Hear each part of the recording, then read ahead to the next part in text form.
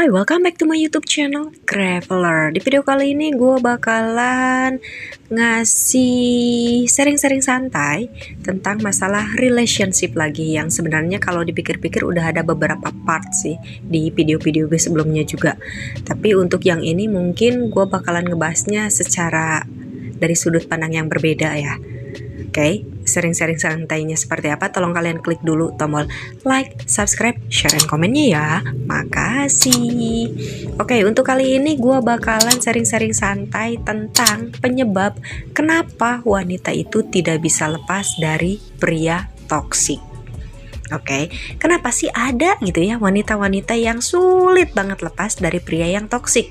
Udah tahu cowoknya itu kasar, baik verbal maupun fisik, kasar banget gitu ya. Tapi nggak bisa lepas, bahkan nggak mau lepas. Sebenarnya nggak bisa atau nggak mau.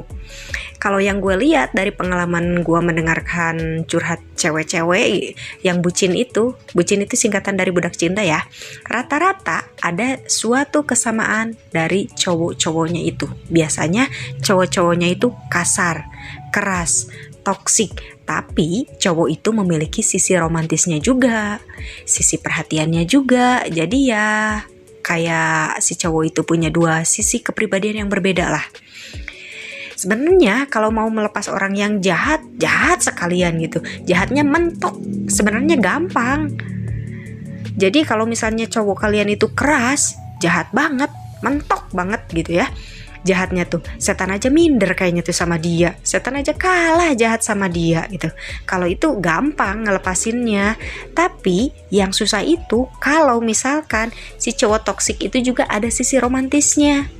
Hari ini dia nyakitin kamu, hari ini dia toksikin sama kamu, hari ini dia nyakitin hatimu.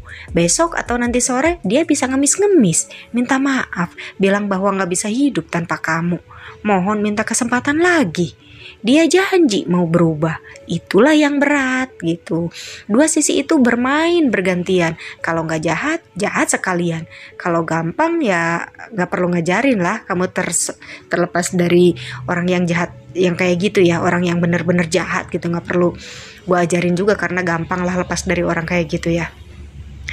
Kalau dengan orang yang jahat kayak gitu ya pastilah dengan sendirinya kamu bakalan pergi dengan ikhlas. Nah, jadi itu ya sebabnya ya kenapa wanita itu nggak bisa lepas dari orang yang toksik, karena ada punya sisi romantisnya juga. Besoknya dia melas-melas, minta maaf, mohon kesempatan.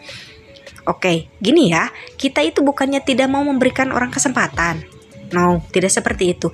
Kita bisa tahu lah mana yang menghargai kesempatan, mana yang tidak menghargai. Kita pasti tahu lah orang yang berjuang mau mengubah dirinya atau tidak mau berjuang sama sekali. Apakah cuma di mulut doang? Apakah cuma di bibir doang? Bilang mau berubah tapi nggak ada perjuangannya. Kalian tahu dong gitu ya. Kalian pasti bisa ngebedain orang yang kayak gitu. Oke, gue bakalan spesifik aja lah kali ini ya. Yang bikin kalian, para wanita itu gak bisa lepas dari orang yang toksik atau pria yang toksik itu karena dia ada sisi memelasnya. Dia bisa ngemis-ngemis cinta sama kamu lagi. Dia juga ada sisi romantisnya. Pasangan lo ngasih lo hadiah apa gitu, sehingga akhirnya kamu itu merasa sayang untuk ngelepasin dia. Atau ada kenangan-kenangan yang indah dari kebersamaan kalian zaman dulu.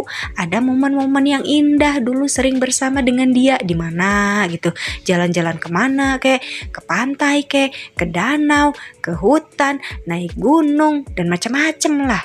Bisa juga di padang rumput, taman bunga, lari ke hutan lalu aku mengejarmu mungkin. Makanya memang kalau misalnya kalian dating gak boleh ke tempat-tempat yang indah.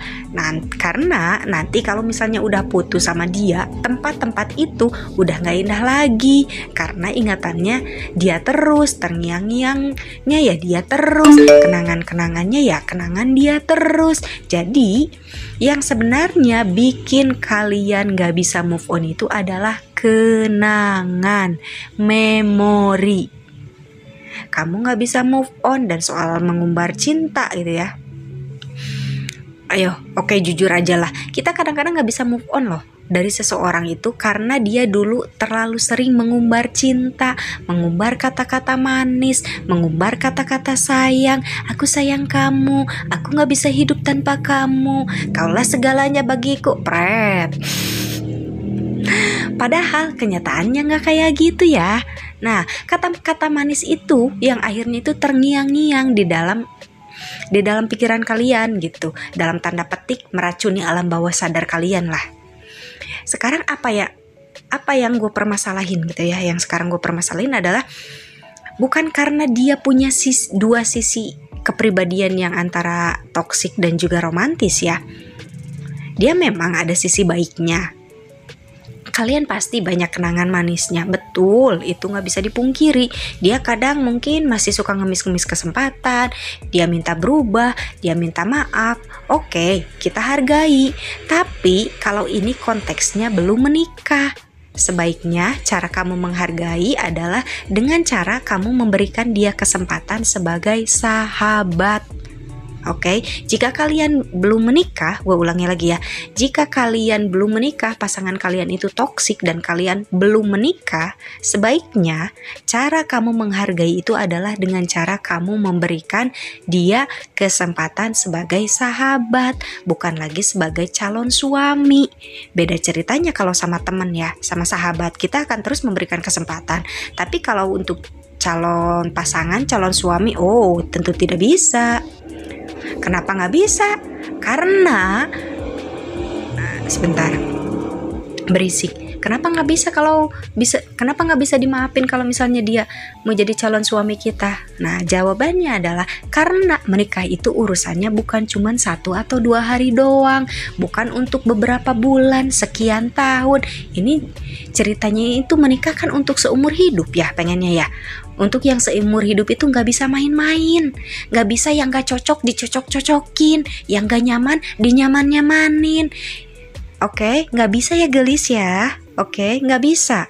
Kalau dia emang niat berubah, harusnya sebelum nikah dia itu udah ngebuktiin kalau dia itu bisa berubah. Nah, ngebuktiinnya itu harus dari sekarang dong. Jangan sampai kamu tergoda dengan rayuan dia. Nanti aku bisa berubah kok sayang kalau udah nikah. Oke, kalau dia emang sayang sama kamu, berubahnya itu sekarang dong. Buktiinnya itu ya sekarang dong. Kalau dia bilang, emang berubah itu gampang ya? Kalian jawab aja gitu. Iya ngerti, berubah itu perlu waktu, perlu proses. Sok kalian perlu waktu untuk berubahnya itu berapa lama? Mau 3 bulan kek, 6 bulan kek, setahun kek? Yuk ditungguin, silahkan sok berubah dulu, silahkan. Mau setahun pun gue bakalan kasih waktu gitu. Tapi jangan sampai nikah dulu, jangan sampai tunangan dulu, jangan sampai informasi ke orang-orang bakalan ke pelaminan. Kasih kesempatan dia untuk berapa lama terserah dia, yang penting dia harus berubah sebelum kalian menikah. Nah, kenapa gue menekankan ini? Karena gini ya, kalau misalnya mereka bilang, dalam jangka waktu setahun gue bakalan bisa berubah gitu. Tapi ternyata setelah jangka waktu itu, setahun itu ya, dia gak bisa berubah. Artinya dia gak bakalan pernah bisa berubah. Bahkan pada saat kalian udah nikah pun sama kayak gitu. Kalau sekarang gak bisa berubah gitu, apa kalian yakin di pernikahan nanti dia akan berubah? Kalau gue sih ragu, benar-benar ragu. Ya, kalau berdasarkan fakta ya, semua para istri yang pernah curhat gitu sama gua, dulu itu calon suaminya itu gitu, suaminya itu ngomong gini gitu, aku janji akan berubah sayang. Kenyataannya no. Maksud gue gini ya, bukan berarti gue mendiskriminasikan laki-laki supaya jomblo ya, no, bukan kayak gitu mas bro, bukan kayak gitu.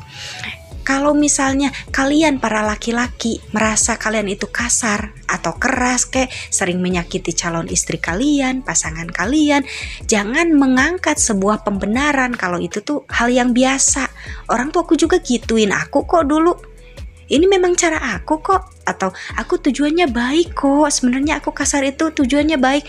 Halo mas bro, tujuan baik, kalau caranya tidak baik tetap akhirnya itu bakalan gak baik. Karena nanti itu urusannya kepada anak kalian, jauh gitu. Gue sekarang bakalan lebih dalam lagi ya ngebahas ya.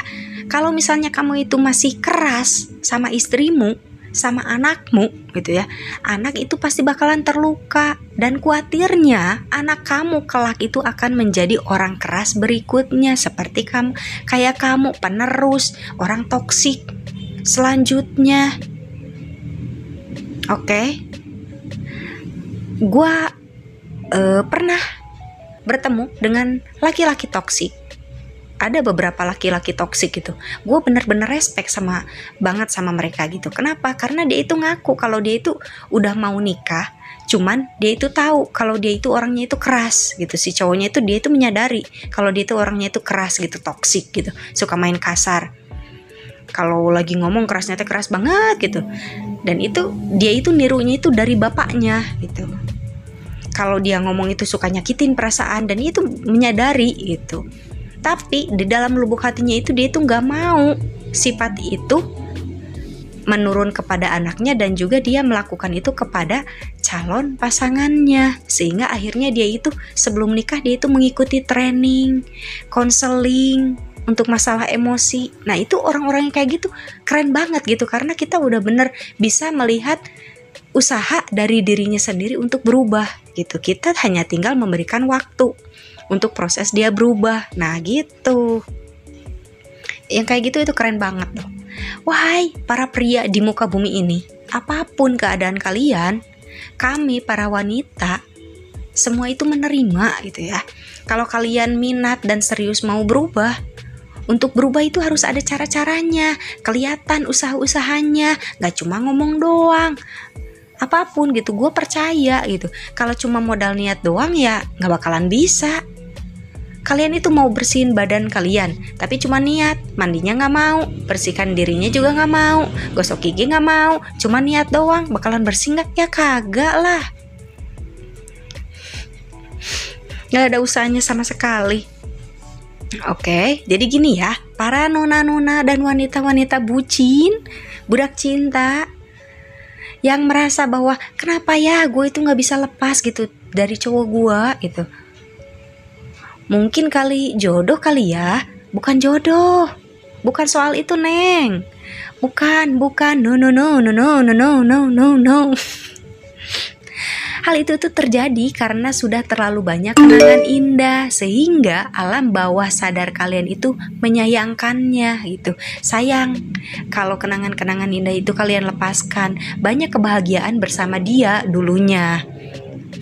Hati ataupun alam bawah sadarmu itu tersugesti secara tidak langsung gitu. Besok paling dia bakalan melas-melas lagi deh, dia paling minta kesempatan lagi deh, dia bakalan minta maaf lagi deh, sehingga kamu luluh lagi. Kamu menantikan masa-masa dia minta maaf, kamu menantikan masa-masa dia meminta kesempatan lagi, kamu luluh lagi. Jangan salah paham ya, orang minta maaf itu hatinya mulia banget. Gue akui sangat-sangat mulia orang yang meminta maaf itu. Hebat kalau kamu bisa meminta maaf. Tapi kan ini minta maaf yang sungguh-sungguh atau minta maaf secara politik. Kalian harus bisa membedakan. Kalau politik itu dia minta maafnya itu hanya untuk sekedar tanda petik menipu lah. Padahal tidak tulus dari hati, tidak ada niat berubah gitu. Kenapa sih gue itu ngotot banget gitu ngebahas masalah ini? Karena gue itu banyak banget ngeliat keluarga remaja yang orang tuanya gitu, papa mamanya toksik. Yang kasihan siapa? Anaknya. Yang jadi korban itu anaknya. Anak jadi sering gak nyaman berada di rumah. Akhirnya anaknya keluyuran keluar kemana-mana. Dia baru pulang malam hari. Dia kalau bisa di luar lebih lama gitu, karena dia merasa bahwa di rumah itu kayak gak nyaman gitu. Di rumah tuh suasananya gak enak. Jadi rumah udah bukan kayak rumah lagi gitu, karena dia merasa kalau papa mamanya itu gak harmonis. Jadi ini itu urusannya itu panjang. Kok perasaan dari tadi gue bilangnya jadi terus ya. Biarinlah. Nah jadi ini tuh urusannya tuh panjang, tanggung jawabnya itu jauh banget. Ketika kamu menikah, mereka aja cuman modal percaya kalau dia pasti berubah gitu ya. Kalau dia memang sayang kamu, kalau dia memang menghargai pernikahan yang akan kalian berdua selenggarakan, harusnya cara bentuk dia atau menghormati pernikahan itu ya dengan menunjukkan bukti bahwa sekarang ini dia sudah berusaha untuk berubah, ada perjuangannya, ada usaha nyata. Oke? Mungkin gua rasa ini juga pembicaranya udah panjang ya. Semoga sering-sering santai gua kali ini bermanfaat, dan mungkin jika kalian punya opini yang berbeda atau opini apapun juga kalian bisa tulis aja di kolom komentar, oke? Sebelum gua pamit, tolong kalian klik dulu tombol like, subscribe, share, and comment, and see you in the next video. Bye-bye.